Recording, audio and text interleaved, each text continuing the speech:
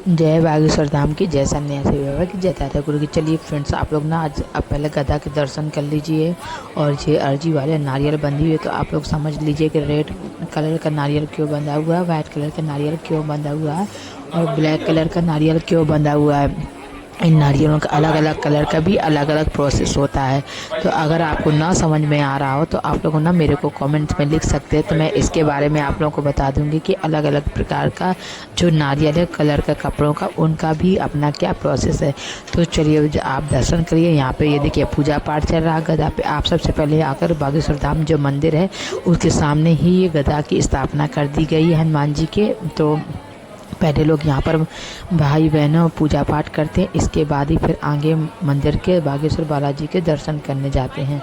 चलिए मैं आप लोगों को बताती हूँ आगे कि अगस्त के महीने में पेशी का दरबार कब लगेगा और गुरुजी।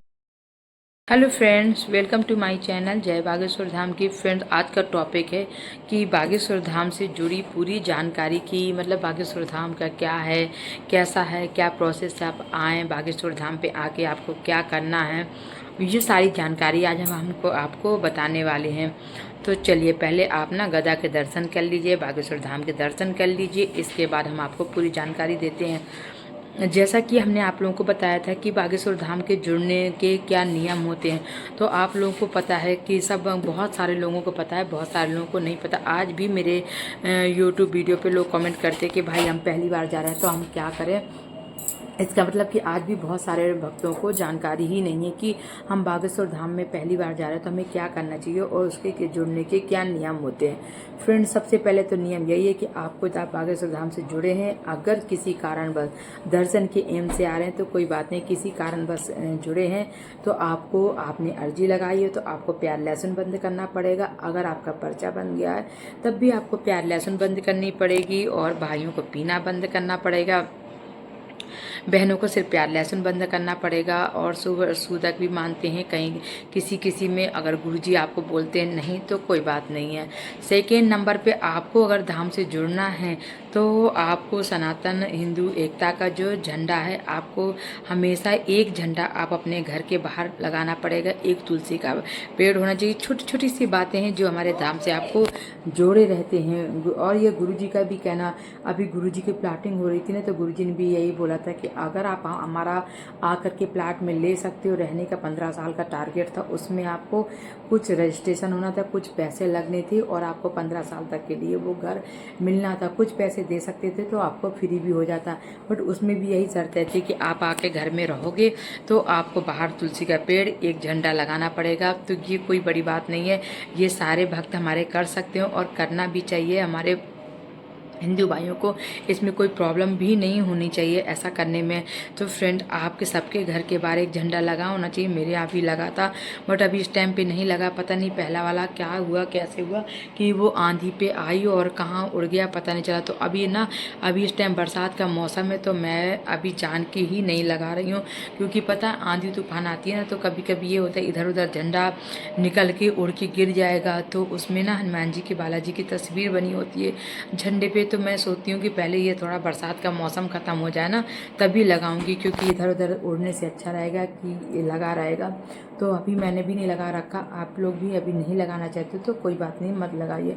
फ्रेंड्स, बस एक बात का ध्यान रखिए कि आप लोगों को ना प्याज लहसुन के साथ साथ में ना, आप लोगों को कहीं पर जाना है, अगर हाँ आप कहीं गए हैं और किसी रीजन बस आप लोगों को ना, मतलब खाना नहीं मिल पा रहा है बिना प्याज लहसुन के, तो फ्रेंड्स भूखा भी नहीं रहना, आप लोग को इस चीज़ का ध्यान देना है। बिल्कुल भी आपको टेंशन, इस कंडीशन में आप लोग खा सकते हो। ये हमारे गुरुजी का भी कहना है कि आप लोग खा सकते हैं।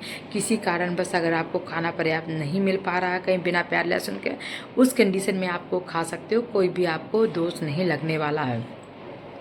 सेकेंड नंबर पे भाई का कमेंट से हमें झाड़ा लगवाना है, तो भाई धाम पर आ जाओ, गुरुजी आने वाले हैं, शनिवार को झाड़ा लगेगा। किसी भी तरह से आपको झाड़ा लगवाना तो आपको शनिवार को झाड़ा लगेगा। जिन भक्तों को आपको पेशी का चढ़वाना है तो वो मंगलवार को आ जाए, जिन भक्तों को झाड़ा लगवाना है वो शनिवार को आ जाए, जिन भक्तों को दिव्य दरबार अटेंड करना है, पर्चा बनवाना है, वो अदर दिन मंगलवार और शनिवार छोड़ के आइएगा। संडे सफाई अभियान चलता था बीच में, पर कागज गुरुजी अब काफ़ी टाइम से धाम पे नहीं रहते हैं तो अब वो दरबार लगा देते हैं। बट मौसम का तो आप देख ही रहे हैं कितना मतलब ज़्यादा रात दिन पानी बरसा। इस टाइम ना हमारे धाम पर भी बहुत ज़्यादा बारिश हुई है, बहुत ज़्यादा मतलब घर गिरे हुए हैं इधर उधर का, और कुछ तो ये तंबू जो पन्नी का लगाया हुआ था वो हटवाया भी गया है। और इस टाइम तो अभी धाम पे बिल्कुल सन्नाटा छाया था। अभी एक दिन मैं गई थी ना, गुरुजी नहीं थे, तो बिल्कुल ऐसा सन्नाटा सा छाया हुआ, लगता ही नहीं कि कभी वो चहकता हुआ हमारा धाम है। अब बस जैसे ही गुरुजी आ जाएंगे तो फिर हमारा धाम फिर ऐसे चहकने लगेगा जैसे गुरुजी के रहने के बाद होता है। क्योंकि थोड़ा सा और ये सेकेंड नंबर पे ये रीजन है कि हर तरफ से बाढ़ें आ रही हैं, पानी का बहुत ज़्यादा स्कोप है, गाड़ी का आवागमन गमन बहुत मुश्किल हो रहा है। कहीं कहीं तो बहुत भयंकर बाढ़ आ गई है। हमारे क्षेत्र में भी बहुत ज़्यादा नदी है और उफान पे चल रही हैं। तो बस ये भी रीजन हो सकता है कि भक्तों का ना आने का, बरसात का मौसम चल रहा तो भक्त सोच रहे हैं कि ऐसे में कैसे जाएं।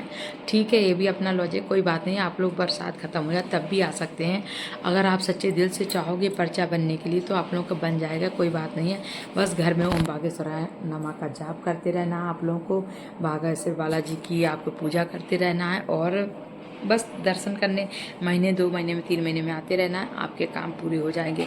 पर्चा बने ना बने, सुनो उस मंदिर के बारे में तो ये भी सुना गया है कि वहाँ पर पहुँचने मात्र से ही काम पूरे हो जाते हैं। आपका पर्चा बने ना बने, पर्चा बनने से कोई मतलब नहीं। अगर आप धाम पे पहुँच गए बागेश्वर सॉरी फ्रेंड, अगर बागेश्वर धाम पे आप पहुँच गए तो आपका आधे से ज़्यादा काम पूरे हो जाएंगे। गुरुजी के दर्शन हो ना हो, गुरुजी मिले ना मिले, धाम पर पहुंचने मात्र से भी ही काम हो जाते हैं।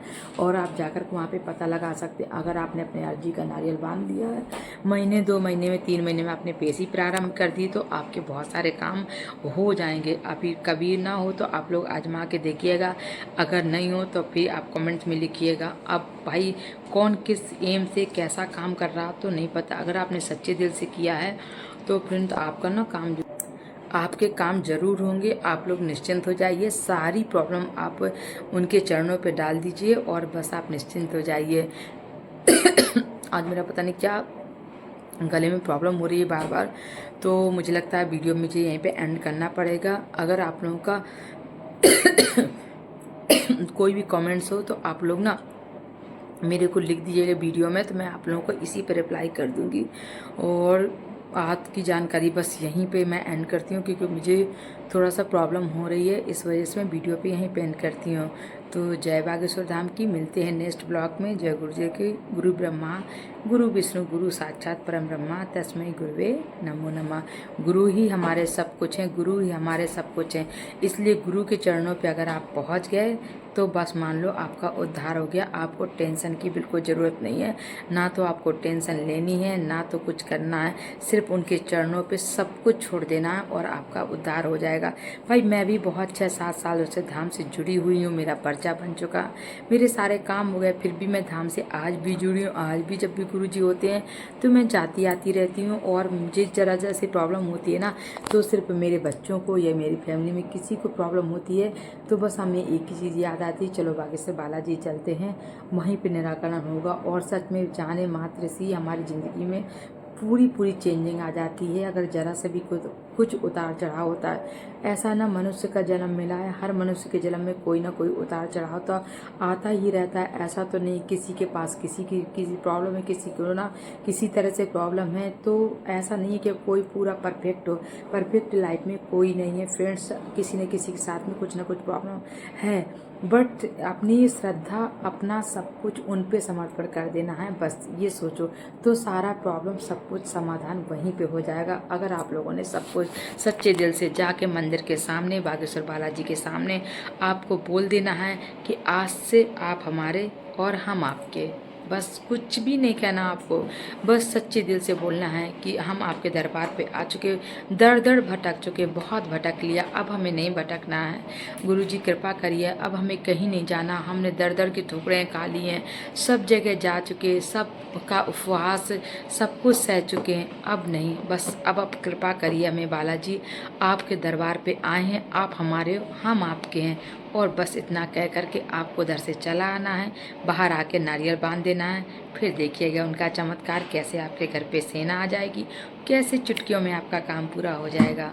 ठीक है, ओके, फिर मिलते हैं नेक्स्ट ब्लॉग में। जब तक के लिए जय बागेश्वर धाम की। फ्रेंड, मैं यही है ना प्रॉब्लम कि मुझे कुछ बात याद आ जाती है तो मैं आप लोगों को बता देती हूँ कि आप लोग बिल्कुल भी टेंशन में ना रहो। मैं आपको विश्वास दिलाती रहती हूँ इसलिए क्योंकि मेरे साथ भी बहुत सारे उतार चढ़ाव हुए हैं जो कि वहाँ जाने से मेरे सही हुए हैं।